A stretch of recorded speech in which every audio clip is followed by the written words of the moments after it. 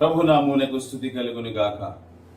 తండ్రి అయిన దేవునికిని కుమారుడైన యేసు క్రీస్తులకును పరిశుద్ధాత్మ దేవునికిని స్తుతిగణ మహిమ చెల్లును గాక. పరిశుద్ధాత్మ దేవునికిని వాక్యమైన దేవునికిని స్తుతిగణ మహిమ చెల్లును గాక. ప్రభునందు ప్రియమైన దేవుని బిడ్డలారా, ఈ యొక్క సమయంలో దేవుని యొక్క పరిశుద్ధ వాక్యాన్ని మనం ధ్యానం చేసుకోబోతున్నాం. సో ఈ దినమున అనేకమైనటువంటి సమయాలలో క్రైస్తవులనేమి దైవచనులలోనేమి అనేకమైనటువంటి ప్రశ్నలు వెదజల్లుతూ ఉన్నాయి. మేము క్రీస్తుని అనుసరిస్తే మాకేం లాభము, మేము అంతా వదిలేసి ప్రభుని అంగీకరించి ఇదిగో మేము ప్రభుని వెంటాడుచున్నాం, మాకేం ప్రయోజనం అని, మాకేం లాభం అని అనేక సార్లు నష్టాలు కలిగినప్పుడు, బాధలు కలిగినప్పుడు వారు బాధపడుతూ అనేక సార్లు మరి ప్రభువు యొక్క నామమును వారు స్తుతిస్తూ కూడా ఆరాధిస్తూ కూడా అనేక సార్లు వారి జీవితంలో ఈ ప్రశ్నలు తలెత్తుతూ ఉన్నాయి. అనేకమైనటువంటి దైవచనుల నోటి నుండి కూడా మేము సమస్తమును విడిచి ఇదిగో యేసుని వెంబడిస్తున్నాం, మాకేమో కలుగుచున్నదని వారు ప్రశ్నిస్తూ ఉన్నారు. అటువంటి ప్రశ్నకు సమాధానంగా యేసు ప్రభుల వారు ఇచ్చినటువంటి ఒక చక్కటి సమాధానమును ఈ యొక్క సమయంలో మనం ధ్యానం చేసుకోబోతున్నాం. సో వాక్యంలోనికి వెళ్లే కంటే ముందు చిన్న ప్రార్థన చేసుకుని దేవుని యొక్క వాక్యాన్ని మనం ప్రారంభం చేసుకుందాం. పరిశుద్ధమైన మహా ఉన్నతమైన దేవ, ఈరోజు ప్రపంచంలో అనేక ప్రజలు నాయన ప్రభువ వస్తున్నటువంటి ఒక ప్రశ్న, ఇదిగో మేము సమస్తమును విడిచిపెట్టి క్రీస్తుని వెంబడిస్తున్నాం అని, నేను మాకు శ్రమలు వస్తున్నాయి, బాధలు వస్తున్నాయి, కష్టాలు వస్తున్నాయి అని నాయన ప్రభువ ప్రజలు మరి విశ్వాసులేమి నాయన ప్రభువ ఇదిగో దైవజనులేమి ఈ ప్రశ్న వేస్తూ అనేక సార్లు కృంగి కృషించి బలహీనపడుతున్నటువంటి సమయాలలో ప్రభువా మరి ఇదిగో నీ వాక్యం ద్వారా బయలుపరిచిన మాటలను వారికి తెలియజేస్తూ వారిని ధైర్యపరచుటకు మీరు కృప చూపించండి. ఎందు నిమిత్తం నీవు నాయన ఏర్పరచుకున్నావో, ఎందు నిమిత్తం నీవు నాయన ప్రభువా ఇదిగో వారిని ఎన్నుకున్నావో ఆ విషయాన్ని గ్రహించి ప్రభువా ఇదిగో నీ యందు విశ్వాసము కలిగి ధైర్యం కలిగి జీవించుటకు మీరు సహాయం చేయమని ఈ వాక్యం వింటున్న ప్రతి ఒక్కరిలో జీవితంలో ప్రభువా ఇదిగో ధైర్యమును, శక్తిని, నిరీక్షణ అనుగ్రహించి నువ్వు ఏ ఉద్దేశము కలిగి మమ్మల్ని ఏర్పరచుకున్నావో ఆ ఉద్దేశాన్ని నెరవేర్చినట్లుగాను నువ్వు ఏమైతే మాకు అనుగ్రహించడానికి ఏర్పరచుకున్నావో అది పొందుకున్నట్టుకు ధైర్యం కలిగిన వారమే, అర్హత కలిగిన వారమే, యోగ్యత కలిగిన వారమే ప్రభువా ఇదిగో మేము ముందుకు వెళ్ళేందుకు సహాయం చేయమని నీ కృపగల స్థలకు సమర్పిస్తూ యేసు క్రీస్తు నామములో ప్రార్థిస్తున్నాము తండ్రి. ప్రియమైన దేవుని బిడ్డలారా, యేసు క్రీస్తు నామములో మీ అందరికీ శుభాభివందనాలు తెలియజేస్తా ఉంటున్నాను. ఈ సమయమందు యేసు ప్రభుల వారు ఒక ఉపమానంలో ఒక సందర్భంలో శిష్యులతో మాట్లాడుతూ ఉండగా ఆ సమయంలో పేతురు ఒక ప్రశ్న అడుగుతాడు. ఆ శిష్యులతో యేసు ప్రభుల వారు మాట్లాడుతూ ఉన్నప్పుడు ఒక యవనస్తుడు మరి ధనవంతుని యవనస్తుని వెంబడించినప్పుడు ఆయన తన ధనమును ప్రేమించి తిరిగి వెళ్ళిన తర్వాత ఆ విషయాన్ని మరి పేతురుతో ప్రభు మాట్లాడుతూ ఉంటాడు, శిష్యులతో మాట్లాడుతూ ఉంటాడు. ఇదిగో ధనవంతుడు సూది బెజ్జంలో దూరుట మరి సులభము, ధనవంతుడు ఒంటె సూది బెజ్జంలో దూరుట సులభము, కానీ ధనవంతుడు పరలోక రాజ్యంలో చేరుట అసాధ్యమని సెలవిస్తున్నప్పుడు పేతురుకు ఒక ప్రశ్న వచ్చింది. అదేమిటంటే, ప్రభువా మేము సమస్తమును వదిలిపెట్టేసి మరి నిన్ను వెంబడిస్తున్నామని మత్తయి సువార్త 19వ అధ్యాయంలో మరి 28, 29 వచనాల్లో వారు ఈ విషయం తెలియజేస్తా ఉంటున్నారు. పేతురు అడిగాడు 27వ వచనంలో, ఏమడిగాడు అంటే, ప్రభువా మేము సమస్తమును విడిచి నిన్ను వెంబడిస్తున్నాము కదా, మరి మాకేం ప్రయోజనం అని పేతురు యేసు ప్రభుతో ఈ ప్రశ్న వేశారు. సో యేసు ప్రభుల వారు ఆ ప్రశ్నకు సమాధానంగా ఈ రకంగా మాట్లాడుతూ ఉంటున్నాడు. మత్తయి సువార్త 19వ అధ్యాయంలో మరి 28, 29 వచనాల్లో యేసు వారితో ఇట్లా, నేను ప్రపంచ పునర్జన్మ మందు మనుష్య కుమారుడు తన మహిమ గల సింహాసనం మీద ఆసీనుడై ఉండినప్పుడు నన్ను వెంబడించిన మీరును 12 సింహాసనం మీద ఆసీనులై ఇశ్రాయేలు 12 గోత్రముల వారికి తీర్పు తీర్చుదురని అది స్పష్టముగా సెలవిస్తా ఉంటున్నాడు. అంతేకాదు, నా నిమిత్తము అన్నదమ్ములనైనను, అక్కచెల్లెలనైనను, తండ్రినైనను, పిల్లలనైనను, భూములనైనను, ఇళ్లనైనను విడిచిపెట్టిన ప్రతి వాడును 100 రెట్లు పొందును, ఇదిగాక నిత్య జీవమును స్వతంత్రించుకొనును అని యేసు ప్రభుల వారు స్పష్టంగా తెలియజేస్తా ఉంటున్నారు. అంటే ఇక్కడ 3 విషయాలను యేసు ప్రభుల వారు స్పష్టంగా తెలియజేస్తా ఉంటున్నారు. ఒకటి ఏమిటంటే, ఎవరైతే యేసు ప్రభుల వారు వెంబడిస్తారో వారు ప్రపంచ పునర్జననమునందు క్రీస్తుతో పాటు సింహాసనములపై ఆసీనులై భూమి మీద రాజ్యము చేయుదురు అని సెలవిస్తా ఉంటున్నాడు. రెండవది, ఎవరైతే క్రీస్తు నిమిత్తము వారికి ఉన్న దాన్ని కోల్పోయారో, వారికి ఉన్న దాన్ని మరి వారి వద్ద నుంచి తొలగిపోయిందో, అందుకే ప్రభు తల్లిదండ్రులనైనా అన్నదమ్ములను అక్కచ్చులైన వారికి ఉన్నది ఏదైనా గాను ఒకవేళ వారు కోల్పోతే వారు ఈ లోకములో 100 రెట్లు పొందుతారని సెలవిస్తూ ఉన్నాడు. అనగా మూడవ ఆశీర్వాదం ఏంటంటే, అంతేకాక వారు నిత్య జీవమును స్వతంత్రించుకొందురు. అనగా ఒక వ్యక్తి యేసు ప్రభువుని వెంబడిస్తే 3 విధములైన ఆశీర్వాదములు అనుగ్రహించబడతవి. ఒకటేమో ఆయన రాజ్యములో అధికారమును పొంది రాజ్య పరిపాలన చేస్తాం. రెండవది భూమి మీద కోల్పోయిన దానిని మనము 100 రెట్లు అనుభవించగలుగుతాం. మూడవది నిత్య జీవంలో పొందుకుంటాము. సరే, ఈ సమయంలో మనం ఒక విషయాన్ని శ్రద్ధగా ధ్యానించుకోబోతున్నాం. ఈ రోజు మనం ధ్యానించుకోబోతున్నటువంటి ముఖ్యమైనటువంటి విషయం ఏమిటంటే, ప్రపంచ పునర్జననం అనగానేమి? ప్రపంచ పునర్జననం ఎప్పుడు జరుగుతుంది? ప్రపంచ పునర్జననమునందు ఎప్పుడు యేసు ప్రభుల వారు ఆ సింహాసనాలను మనకు అనుగ్రహిస్తాడు. సో ఈ విషయాన్ని మనం శ్రద్ధగా ధ్యానించినప్పుడు, ప్రపంచ పునర్జననము అనే మాటకు అర్థం ఏంటంటే, పూర్వము అనగా ప్రపంచము సృష్టించబడినప్పుడు ఎలా ఉండింది అలాగనే. అందుకని ముందు యేసు ప్రభుల వారు ఈ సింహాసనాల గురించి అనేక సార్లు మాట్లాడుతూ వస్తూ ఉన్నారు. ప్రకటన గ్రంథంలో 3వ అధ్యాయం 21వ వచనంలో కూడా ఉన్నాడు, నేను జయించి నా తండ్రితో కూడా ఆ సింహాసనం మీద కూర్చుండి ఉన్న ప్రకారము జయించి వానిని నాతో కూడా నా సింహాసనం మందు కూర్చుండనిచ్చేదను. అంటే ఎవరైతే జయిస్తారో అంటే క్రీస్తు సింహాసనం ఉంది, ఆయన వెంబడించిన వారు ఆయన సింహాసనం మీద కూర్చుందురు అని సెలవిస్తా ఉంటున్నాడు. అంతేకాకుండా మత్తయి సువార్త 25వ అధ్యాయము 31వ వచనంలో ఈ విధంగా సెలవిస్తా ఉంటూ ఉన్నాడు, తన మహిమతో మనుష్య కుమారుడును ఆయనతో కూడా సమస్తదూతలను వచ్చినప్పుడు ఆయన తన మహిమ గల సింహాసనం మీద ఆసీనుడై ఉండును. అనగా ఆయన సింహాసనం మీద ఆసీనుడై ఉన్నప్పుడు ఆయనను వెంబడించిన వారు కూడా సింహాసనముల మీద ఆసీనులై ఉంటారు. కాబట్టి దీని యొక్క ప్రియమైన బిడ్డలారా, సో క్రీస్తు సింహాసనాలను అనుగ్రహిస్తారు. తను ఎవరైతే వెంబడిస్తారో, తను ఎవరైతే అనుసరిస్తారో, ఎవరైతే తన ఆజ్ఞను అనుసరిస్తారో, ఎవరైతే వాక్యానుసారంగా జీవిస్తారో, ఎవరైతే యేసు ప్రభు యొక్క మాట చొప్పున జీవిస్తారో వారికి దేవుడు ఒక సింహాసనం ఇస్తాడు. తన రాజ్యంను ఏర్పరచుకున్నప్పుడు, తను సింహాసనం మీద కూర్చున్నప్పుడు ఒక సింహాసనం నుంచి వారికి రాజ్య పరిపాలన కలుగజేస్తాడు. ఒక గొప్ప ఆశీర్వాదం. ఈ రోజు సాధారణంగా ఉంటున్న మనం అందరం కూడా దీని యొక్క వాక్య భాగంలో ఒక మాట జ్ఞాపకం వస్తూ ఉంటుంది. అంటే ఇదిగో తెలిపై వెంట కుప్ప నుండి దీనులను, నేలమట్టి నుండి దిరులను, రాజుల ప్రధానులతోనూ సమానంగా కూర్చుని పెట్టు ఆయన లేవనెత్తు వాడు రాయబడినది. అనగా మనం ఉన్నతమైనటువంటి స్థితిలో కూర్చుండబెట్టడానికి ప్రభుల వారు ఆ రాజ్యంలో ఉన్నతమైనటువంటి స్థానంలో, ఉన్నతమైనటువంటి స్థితిలో ఆయన కూర్చోబెట్టి ఆయన అధికారం అనుగ్రహించి వాడై ఉన్నాడు. దేవుడు చాలా ప్రేమ గలవాడు. తను ప్రేమించి వారిని ఆయన ఎంతగానో ప్రేమించి వాడై ఉంటున్నాడు. కనుక దేవుని యొక్క ప్రియమైన బిడ్డలారా, ఈ సమయం అందు మనం ధ్యానించుకోబోతున్నటువంటి విషయం ఏమిటంటే, క్రీస్తుల వారు ప్రపంచ పునర్జననమునందు సింహాసనములను అనుగ్రహిస్తాడు. ఈ ప్రపంచ పునర్జననం అనేది ఎప్పుడు జరుగుతుంది? ఈ ప్రపంచ పునర్జననం అనేది ఎలా జరుగుతుంది అనేటువంటి దీని యొక్క వాక్య భాగంలో నుంచి మనం శ్రద్ధగా ధ్యానం చేసుకుందాం. మనం ఒక మాట గమనించే ప్రపంచ పునర్జననము, దీనికి మనం సాధారణంగాను అర్థముగాను మరి ఆత్మీయ అర్థముగాను మరి రహస్య అర్థముగా మనం ధ్యానించాలి. ఒక మాట మనం గమనించినట్లయితే ప్రపంచ పునర్జననము అనే మాటకి అర్థం ఏంటంటే, ప్రపంచము మళ్ళీ జననం జరగాలి. అంటే ప్రపంచం ఏ స్థితిలో ఉందో అదే స్థితిలోనికి మళ్ళీ రావాలి అనేటువంటి మాటకు అర్థమిస్తుంది. ఉదాహరణ మనం గమనించినట్లయితే ఒక మాట అక్కడ శ్రద్ధగా జ్ఞాపకం చేయబడింది. ఒక మాట ఫుట్ నోట్ లో రాయబడింది. ఏమంటే పునః స్థితి స్థాపన, ప్రపంచ పునః స్థితి స్థాపన అని ఫుట్ నోట్ లో రాయబడి ఉంటుంది. అంటే ఇక ప్రపంచానికి పునః స్థితి స్థాపన జరుగుతుంది.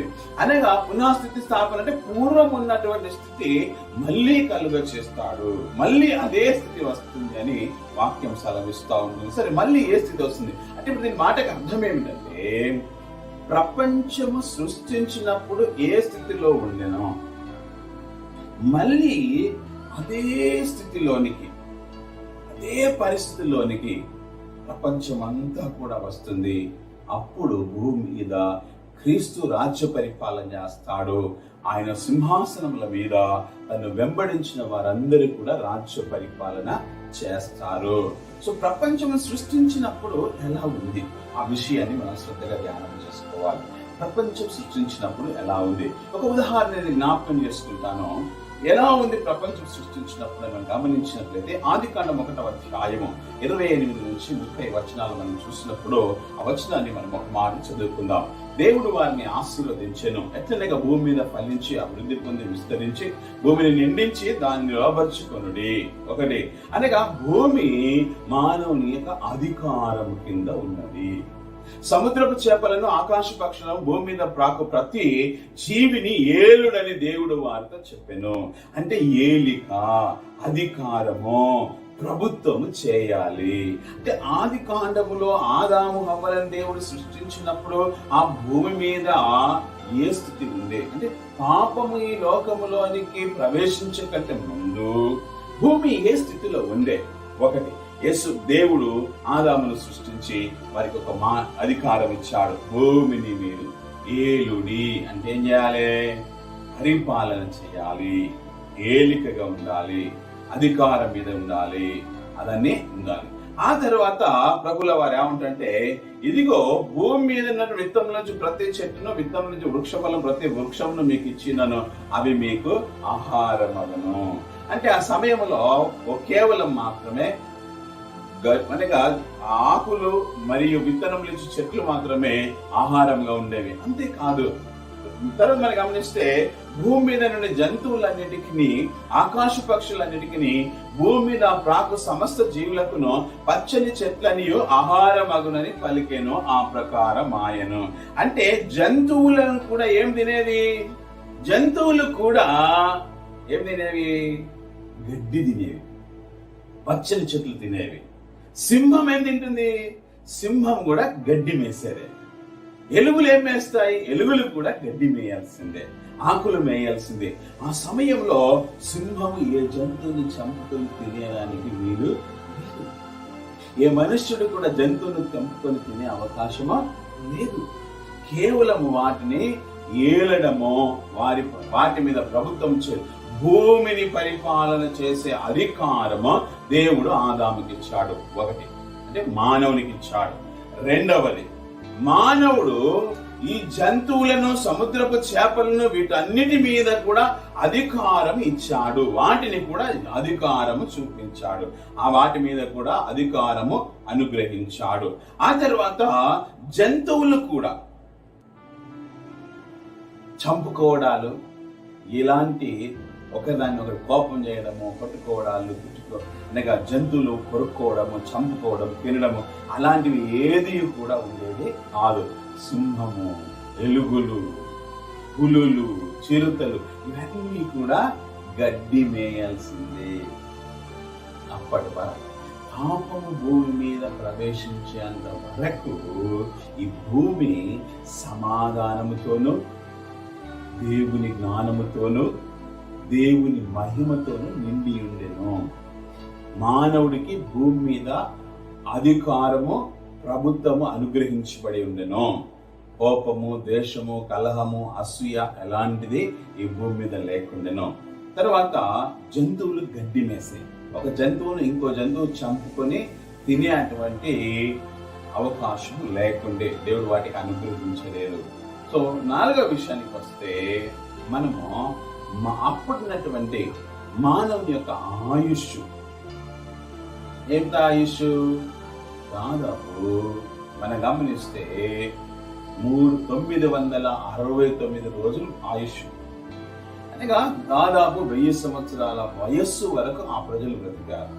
ఆ తర్వాత ఏమైపోయింది? నోహావు కాలంకి వచ్చేసరికి 600 సంవత్సరాలు, అబ్రహాం కాలంకి వచ్చేసరికి 120 సంవత్సరాలు అయిపోయింది, మోషే కాలానికి వచ్చేసరికి 70 సంవత్సరాల వయసుకు మనిషి యొక్క ఆయుష్ పడిపోతూ వచ్చింది.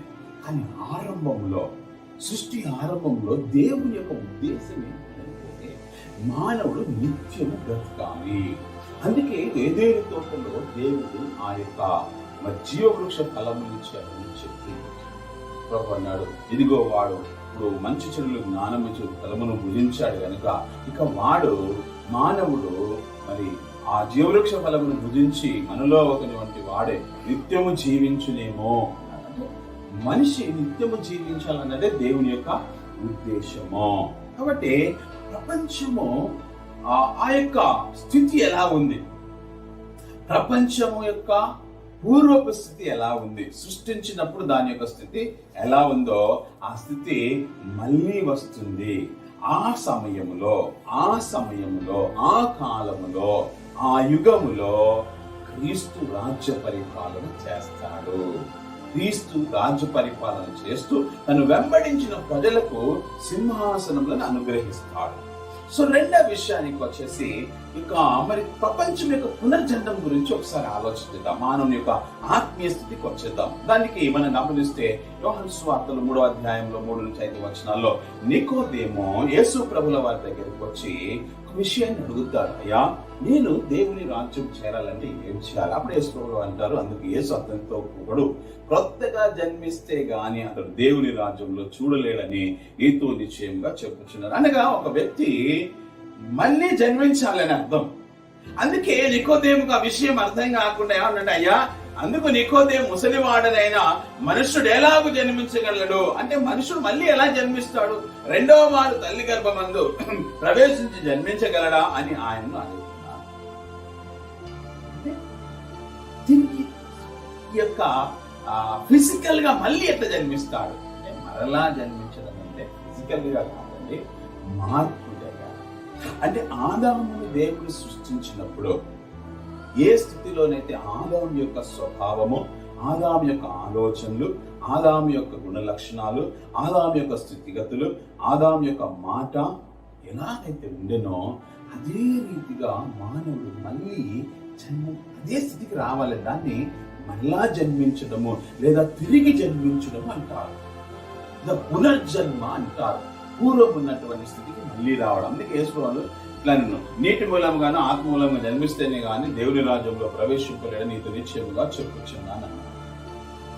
అంటే క్రీస్తుని అంగీకరించినప్పుడు బాప్తీసం పొందిన తర్వాత మన యొక్క జీవితంలో ఆదాము లోనికి పాపము ప్రవేశించే కంటే పూర్వం ఏ స్థితిలోనైతే ఉన్నాడో అదే స్థితిలోనికి మనసు రావాలి. దాన్నే తిరిగి జన్మించడం అంటారు. అందుకే ఎవడైనా యేసు క్రీస్తునందు నెల వాడు మృతమున సృష్టి, ఇదిగో సమస్తము గతించెను, సమస్తము క్రొత్తవాయను, ఇదిగో పాతవి గతించెను.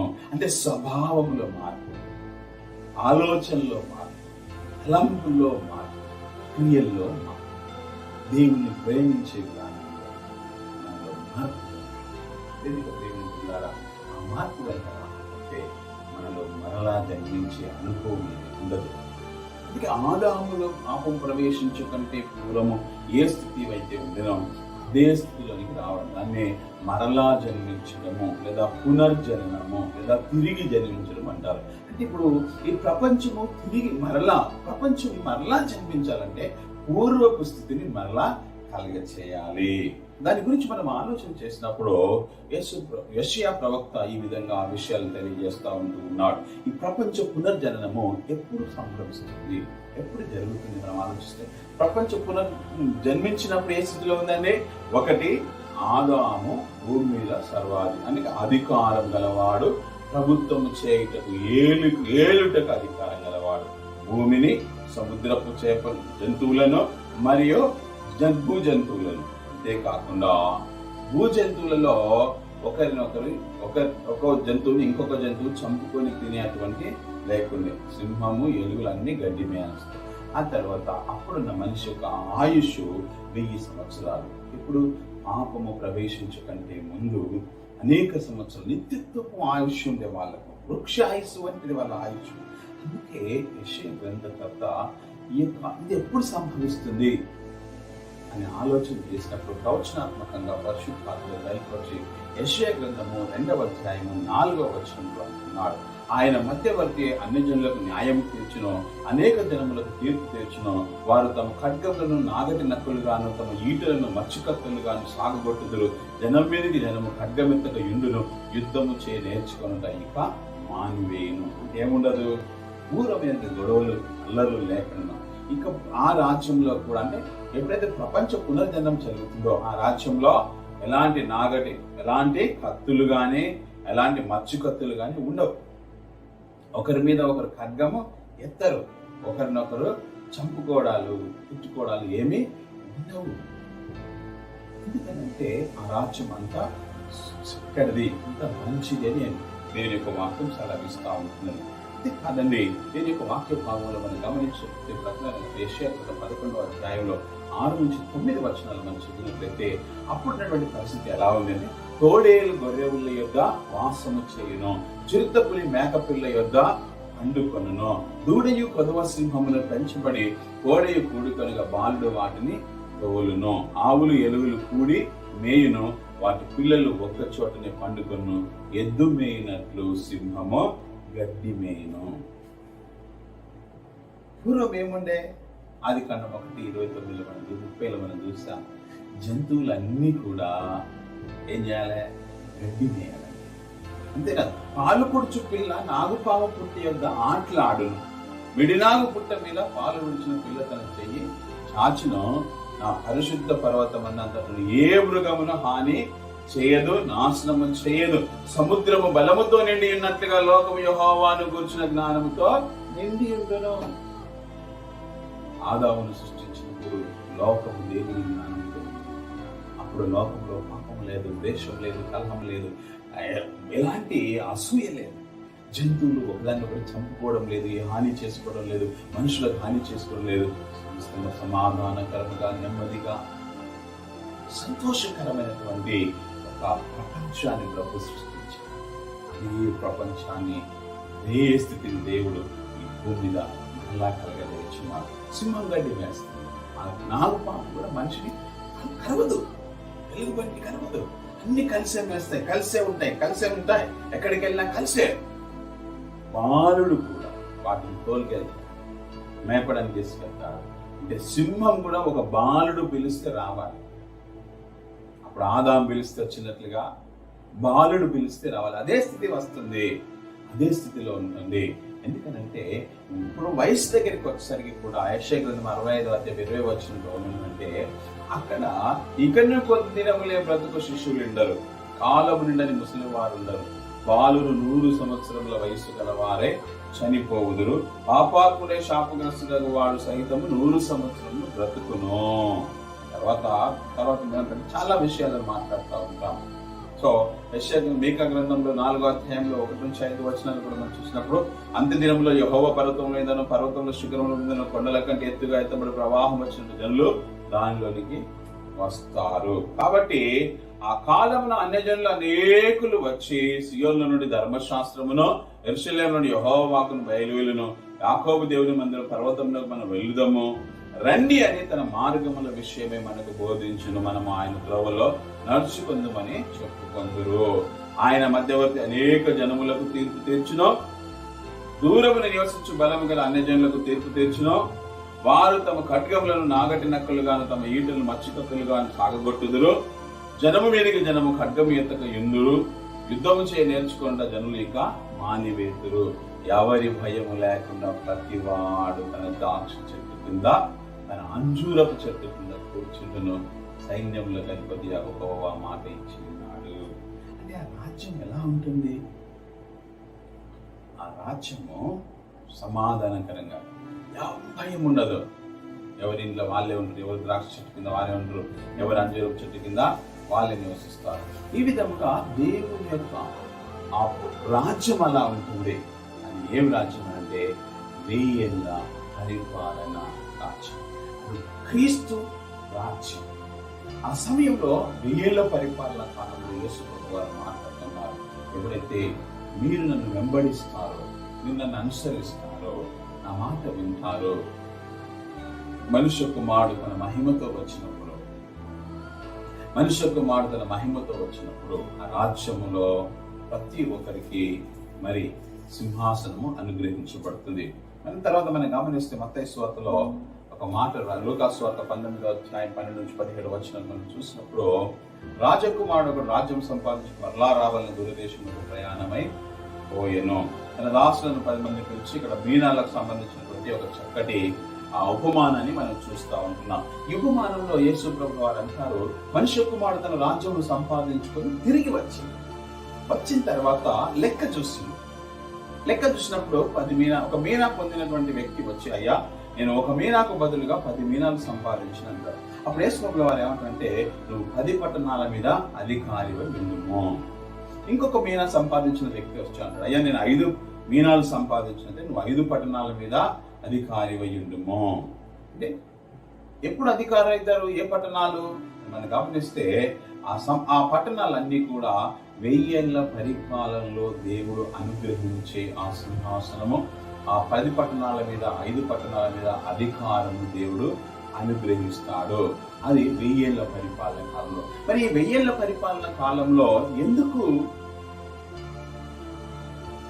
ఇలాంటి సమాధానకరమైనటువంటి విషయాలు కలుగుతాయని మనం ఆలోచిస్తే, యేసు ప్రభుల వారు పరలోకం నుండి సైన్య సమూహంతో వచ్చి హర్మగిదోను యుద్ధం జరిగిన తర్వాత మరి సాతాను 1000 ఏళ్ల కోసము బంధించబడుతుంది. మనం గమనిస్తే ప్రకటన గ్రంథంలో 20వ అధ్యాయంలో 2వ వచనాన్ని మనం చూసినప్పుడు ఒక మాట రాయబడి ఉంటుంది. ఏమంటే, ఇదిగో సాతాను 1000 ఏళ్ల కోసము బంధించబడుతుంది, మరి కొంతకాలం విడువబడతాడు. ఆ 1000 ఏళ్ల కొరకు 1000 సంవత్సరాలు సాతాను బంధించబడుతుంది. అందుకే ఆ భూమి మీద సమాధానం ఉంటుంది. ఇలాంటి గొడవలు, ద్వేషం, కలహం, అసూయలు క్రీస్తు రాజ్య పరిపాలన చేస్తూ క్రీస్తు రాజ్య పరిపాలన ఉంటాడు. ఆయన సియోనులో మరి రాజ్య పరిపాలన చేస్తూ ఉంటాడు. మరియు ఇశ్రాయేలీయులు అనగా ఎవరైతే శిష్యులు ఉన్నారో వారందరేమో ఇశ్రాయేలీయులను మరి 12 గోత్రముల మీద 12 మంది సింహాసనాసులు అవుతారు. మరి ప్రపంచం అంతటా ఎవరు ఉంటారు అని అంటే మనం, ఎవరైతే క్రీస్తుని అంగీకరిస్తారు. అందుకే యేసు ప్రభుల వారు శతాధిపతితో మాట్లాడుతూ ఆయన విశ్వాసాన్ని చూసినప్పుడు ఈ విషయాన్ని జ్ఞాపకం చేస్తారు. మత్తయి 8వ అధ్యాయంలో ఈ విషయాన్ని జ్ఞాపకం చేస్తారు. ఏమని జ్ఞాపకం చేస్తున్నారంటే, ఇదిగో ఇలాంటి విశ్వాసం ఇశ్రాయేలులో చూడలేదు. ఒకవేళ ఇలాంటి విశ్వాసము కలిగిన వారు ఎలా ఉంటారని చెప్తున్నారంటే, తూర్పు నుండి పడమటి నుండి అనేకులు వచ్చి అబ్రహాము, ఇస్సాకు, యాకోబులతో కూడా పరలోకమందు కూర్చుంటారు. అంటే అబ్రహాము, ఇస్సాకు, యాకోబులు ఈ 1000 ఏళ్ల పరిపాలన సింహాసనం మీద కూర్చుంటారు.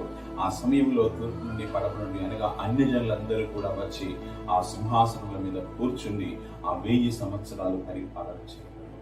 అప్పుడు ఆ ప్రజల యొక్క ఆయుష్ వృక్ష ఆయుష్ వంటిది అవుతుంది. దేవుని యొక్క రాజ్యం. యేసు ప్రభుల వారి లోకానికి వచ్చాడు. ఏం ప్రకటించాడు? మత్తయి సువార్త 4వ అధ్యాయము 43వ వచనంలో ఈ విధంగా రాయబడి ఉంది. ఇదిగో యేసు క్రీస్తుల వారు దేవుని యొక్క రాజ్యమును సువార్తను ప్రకటించుటకు వచ్చెను, ఇందు నిమిత్తమే కదా ఆయన పంపబడెను రాయబడి. అంటే దేవుని రాజ్యం ఏర్పాటు చేయడమే దేవుని యొక్క సంకల్పము. మనం ఉపమానాలు చూసినా కూడా, బైబిల్లో మనం చూసినప్పటికీ, సువార్తలు మనం గమనించినప్పటికీ, దేవుని యొక్క అత్యంత ప్రాముఖ్యమైనటువంటి ఉద్దేశం ఏంటంటే దేవుని యొక్క రాజ్యమును ఏర్పాటు చేయాలి. ఈ భూమి మీద మెస్సయ దావీదు కుమారుడా అన్న మాటను మనం ప్రస్తావించినప్పుడు, దావీదు సింహాసనాన్ని క్రీస్తు అధిష్ఠించాలి. ఇశ్రాయేలులో మరి ఆ యెరూషలేములో ఆ సియోను మీద క్రీస్తు సింహాసనం ఏర్పరచబడుతుంది. ప్రపంచంలో అందరూ 5 పట్టణాల మీద, 10 పట్టణాల మీద, అనేక పట్టణాల మీద మరి ప్రభులుగాను, యాజకులుగాను, మరి రాజులుగా నియమించబడతారు. యేసు ప్రభుల వారు రాజులకు రాజులుగాను, ప్రభులకు ప్రభుగాను ఏర్పరచబడతారు. అంతేకాదంగా ప్రభు సెలవిస్తున్న మాట ప్రకారం ఈ భూమి మీద 100 రెట్ల ఆశీర్వాదాన్ని అనుగ్రహిస్తుంది. వారికి నిత్య జీవం కూడా అనుగ్రహించబడుతుంది. కాబట్టి బిడ్డలారా, క్రీస్తుని అంగీకరించిన మనము మన జీవితంలో మనము శ్రమలు, బాధలు, హింసలు అనుభవిస్తున్నప్పటికీ క్రీస్తు కొరకు ఒకవేళ మన మీద నష్టపోయినా, పౌలు గారు అంటారు చక్కగా ఫిలిప్పీయులకు రాసిన పత్రిక 2వ అధ్యాయం 5-6 వచనాల నుంచి మనం చదువుతూ వచ్చినట్లయితే పౌలు గారు స్పష్టంగా మాట్లాడుతూ ఉంటారు. ఇదిగో క్రీస్తు నిమిత్తము సమస్తమును పెద్దగా ఎంచుకుంటున్నాను. అంటే ఆయన పునరుత్థాన బలం ఎరుగు నిమిత్తము సమస్తము నేను ఎంతతో సమానంగా చూస్తున్నాను. అంటే దేవుని రాజ్యం కొరకు ఆయన సమస్తాన్ని కోల్పోవడానికి ఇష్టపడతా ఉన్నాడు. సో మనము ఏదైతే కోల్పోతున్నామో దేవుడు మనకు తన రాజ్యంలో అనుగ్రహిస్తాడు అని మన విశ్వాసం కలిగి జీవించాలి. మనం దేవుని కోసం కోల్పోయిన ప్రతి దానికి దేవుడు పరలోకమందు సింహాసనంతో పాటు ఇహలోకమందు ఆశీర్వాదం ఇస్తూ నిత్య జీవాన్ని అనుగ్రహిస్తాడు. నిరీక్షణ మనందరం కలిగిన వారు ఉండాలి. మన దేవుడు విడువడు ఎడబాడు. ఈ లోకంలో మనకు శ్రమ కలగవచ్చు, బాధ కలగవచ్చు, నువ్వు అనుకున్నంత ఆశీర్వాదం నీకు రాకపోవచ్చు. కానీ మన నిత్య రాజ్యంలో మరి ఏళ్ల పరిపాలన కాలంలో దేవుడు తప్పకుండా నీకు ఆశీర్వాదం అనుగ్రహిస్తూ తన నిత్య రాజ్యంలో కిరీటాలను, బహుమానాలను, అనేకమైన ఆశీర్వాదాలను అనుగ్రహిస్తాడు. ఒకవేళ ఈ యొక్క వీడియో చూస్తున్న వారు ఎవరైనా అయ్యో మేస్త్రం అంగీకరించాము, ఏమి లాభం జరగట్లేదు, మేము ఇంకా నష్టపోతున్నాం, మా కుటుంబంలో ఇంకా ఎలాంటి లాభం పొందుకోవడం లేదు, మేస్త్రం అంగీకరించిన నుంచి ఇంకా మాకు నష్టమే జరుగుతుందని ఒకవేళ మీరు అనుకుంటున్నట్లయితే దేవుని యొక్క ప్రియమైన ప్రజలారా, ఈ యొక్క సమయంలో ఈ విషయాన్ని మీకు జ్ఞాపకం చేస్తున్నాను. ఒకవేళ మీరు సమస్యను కోల్పోయినా పర్వాలేదు, మీరు దిగులు చెందకండి, నిరాశ చెందకండి. ప్రభు వాగ్దానం చేస్తున్నాడు. ఆయన వేవేల దూతలతో మరియు రాజకుమారు తన రాజ్యంతో వచ్చినప్పుడు, ఆ రాజ్యాన్ని ఏర్పాటు చేసినప్పుడు దేవుడు మిమ్మల్ని ఒక సింహాసనం మీద కూర్చోగలడు.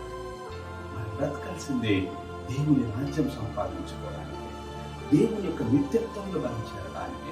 నేను ఒక మాట నేను తెలియజేస్తా ఉంటాను. సంఘంలో మనము క్రీస్తులో నిత్య జీవం గురించిన ఆశ మనలో లేకుండా, లేదా దేవుని రాజ్యం తప్పకుండా నేను వెళ్ళాలి, దేవుని రాజ్యంలో నేను ఉండాలి అన్న ఆశ మనలో లేకుండా క్రైస్తవుడుగా బ్రతకకూడదని నేను తెలియజేస్తా ఉంటాను. ఎందుకంటే ప్రతి క్రైస్తవునికి నేను దేవుని రాజ్యం చేరాలి, నేను దేవుని రాజ్యంలో ఉండాలి, నేను దేవుని నిత్య రాజ్యంలో ఉండాలి, నేను దేవుని యొక్క సంపూర్ణ అనుభవంలో ఉండాలి. సరే, ఇప్పుడు మనం దేవుని రాజ్యంలో చేరాలంటే మరి ఆయన యొక్క సింహాసనం, ఆయన 1000 ఏళ్ల పరిపాలన, ఆయన అనుగ్రహించే సింహాసనంలో మనం ఉండాలనుకుంటే మనం ఎలా జీవించాలి? మనం గమనించినట్టు యేసు ప్రభువారు మాట్లాడతారు, మొదట ఆయన నీతిని, ఆయన రాజ్యంలో వెతుకుని అన్నాడు. అనగా ఆయన రాజ్యం మనలో స్థాపించబడాలి, దేవుని రాజ్యం మనలో ఉండాలి. యేసు ప్రభువారు అన్నారు, ఇదిగో దేవుని రాజ్యం మీలో ఉన్నది, ఇదిగో దేవుని రాజ్యం మీ మధ్యలో ఉంది అన్నాడు. మనం సమస్తం వదిలిపెట్టినప్పుడు దేవుని రాజ్యం మనలో స్థాపించబడాలి, ఆత్మీయ రాజ్యం మనలో స్థాపించబడాలి. అదేమిటంటే మనం రోమిలకు రాసిన పత్రిక 14:10 చూసినట్లయితే దేవుని రాజ్యం భోజనమును పానమును కాదు గాని నీతియు సమాధానము పరిశుద్ధాత్మ ఆనందము. నీతి అనగా శరీరంలోని క్రియలు, ఆనందము అనగా హృదయంలోని సంతోషము, అనగా సమాధానం అనగా జీవంలో నోటి ద్వారా, మాట ద్వారా సమాధానం. అనగా ఈ భూమి మీద మనం జీవిస్తున్నప్పుడు, క్రీస్తు కొరకు మనం బ్రతికించుకున్నప్పుడు మన జీవితంలో మనం సమాధానం కలిగిన వారమై, మన హృదయంలో సత్యము నిమిత్తమై సంతోషించు వారమై, నీతి క్రియలుగా చేయించిన వారముగా మనం జీవించినప్పుడు, క్రీస్తు తను వచ్చినప్పుడు లేదా పునరుత్థానం చెందినప్పుడు, ఆయన రెండవ రాకడలో పునరుత్థానంలో తప్పకుండా పరిశుద్ధపరుస్తాడు. వాక్యం సెలవిస్తా ఉన్నాయి, పెళ్లి కుమార్తెగా ఎత్తబడిన వారు మాత్రమే, లేదా ఎత్తబడిన వారు ఎవరైతే ఆ విందుకు తీసుకెళ్ళబడతారో వాళ్ళు మాత్రమే ఈ 1000 ఏళ్ల పరిపాలనలో మరి సింహాసనాలు అధిష్ఠించి పరిపాలన చేస్తారు. దేవుని ప్రజలారా, ప్రభు పేరిట మీకు మనం చేస్తున్నాను ఏమిటంటే, మనమందరం కూడా దేవుని రాజ్య పరిపాలన ఉండాలి. ఆ సమాధానకరమైన సంతోషభరితమైనటువంటి ఆ దేశంలో, ఆ ప్రపంచంలో మనమందరము చేరాలన్నదే దేవుని యొక్క అభిష్టము, దేవుని యొక్క చిత్తం. క్రీస్తు కూడా ఆ సిలువలో చనిపోవడానికి ముఖ్యమైన కారణం మనం క్రీస్తులో మరి ఆయన రాజ్యంలో మనం అందరం కూడా ఉండాలన్నదే దేవుని యొక్క సంకల్పం. ఈ సంకల్పం మనం కలిగి జీవించాలి, క్రీస్తులో మనం బలపడాలి, ముందుకు సాగాలి. దేవుని రాజ్యము కొరకే, దేవుని రాజ్యం సంపాదించుకోవడానికి ఉండాలి. కనుక మన హృదయంలో రాజ్యం స్థాపించుకుందాం. అనగా మనము నీతి గలవారమై, సమాధానం గలవారమై, సత్య విషయమైన ఆనందం గలవారమై మనం జీవించినప్పుడు దేవుడు తప్పకుండా పునరుత్థానమందు ఆయన లేవనెత్తి తిరిగి తన రాజ్యంలో తీసుకుని వస్తాడు. దిగులు చెందకండి, నిరాశ చెందకండి, నిస్పృహ చెందకండి. ప్రభునందు విశ్వాసం కలిగి దేవుని రాజ్యం కట్టడానికి, దేవుని రాజ్యంలో మనం ఉండడానికి, అనేకులను దేవుని రాజ్యంలో చేర్పించడానికి మన మనం ప్రయత్నం చేయాలి. తప్పకుండా మనల్ని ఆశీర్వదిస్తాడు. ఆ సింహాసనాల మీద తప్పకుండా ప్రభు మనం కూర్చుండబెట్టాలని నేను ఆశిస్తూ ముగిస్తున్నాను. ప్రార్థన చేసుకుందాం. పరిశుద్ధమైన మహా ఉన్నతమైన దేవ, మీరు చూపిన పారమైన కృపకై స్తుతిస్తూ ఈ సమయమందు ఇదిగో ప్రపంచ పునర్జన్మం నందు ప్రభువా మరి మీరు సింహాసనం మీద కూర్చుని పెడుతున్నాం. ఆ ప్రపంచ పునర్జననము, ఆ రాజ్యం ఎప్పుడు జరుగుతుంటే పూర్వం ఉన్నటువంటి సమాధానకరమైన, ఆశీర్వాదకరమైన, అధికారభరితమైన, సంతోషభరితమైనటువంటి ఒక రాజ్యం ఏర్పాటు చేయబోతున్నాం. అది ఏళ్ళ పరిపాలన రాజ్యం. ఆ రాజ్యములో మా బిడ్డలందరినీ కూడా మీరు చేర్చుకోవాలని నేను ప్రార్థిస్తుంటున్నాను. ఆ రాజ్యం కొరకు ప్రతి ఒక్కరు సిద్ధపడినట్లుగా మీరు కృప చూపించండి. నీ వాక్యం చేత ఆయత్తపరచుటకు సహాయం చేయండి ప్రభువా. ఈ లోకంలో నీ రాజ్యము మాలో కలిగి జీవించడానికి సహాయం చేయండి. అప్పుడు నీవు అనుగ్రహించే రాజ్యంలో చూపించమని నీ కృపకు సమర్పిస్తూ యేసు నామములో ప్రార్థిస్తున్నాను.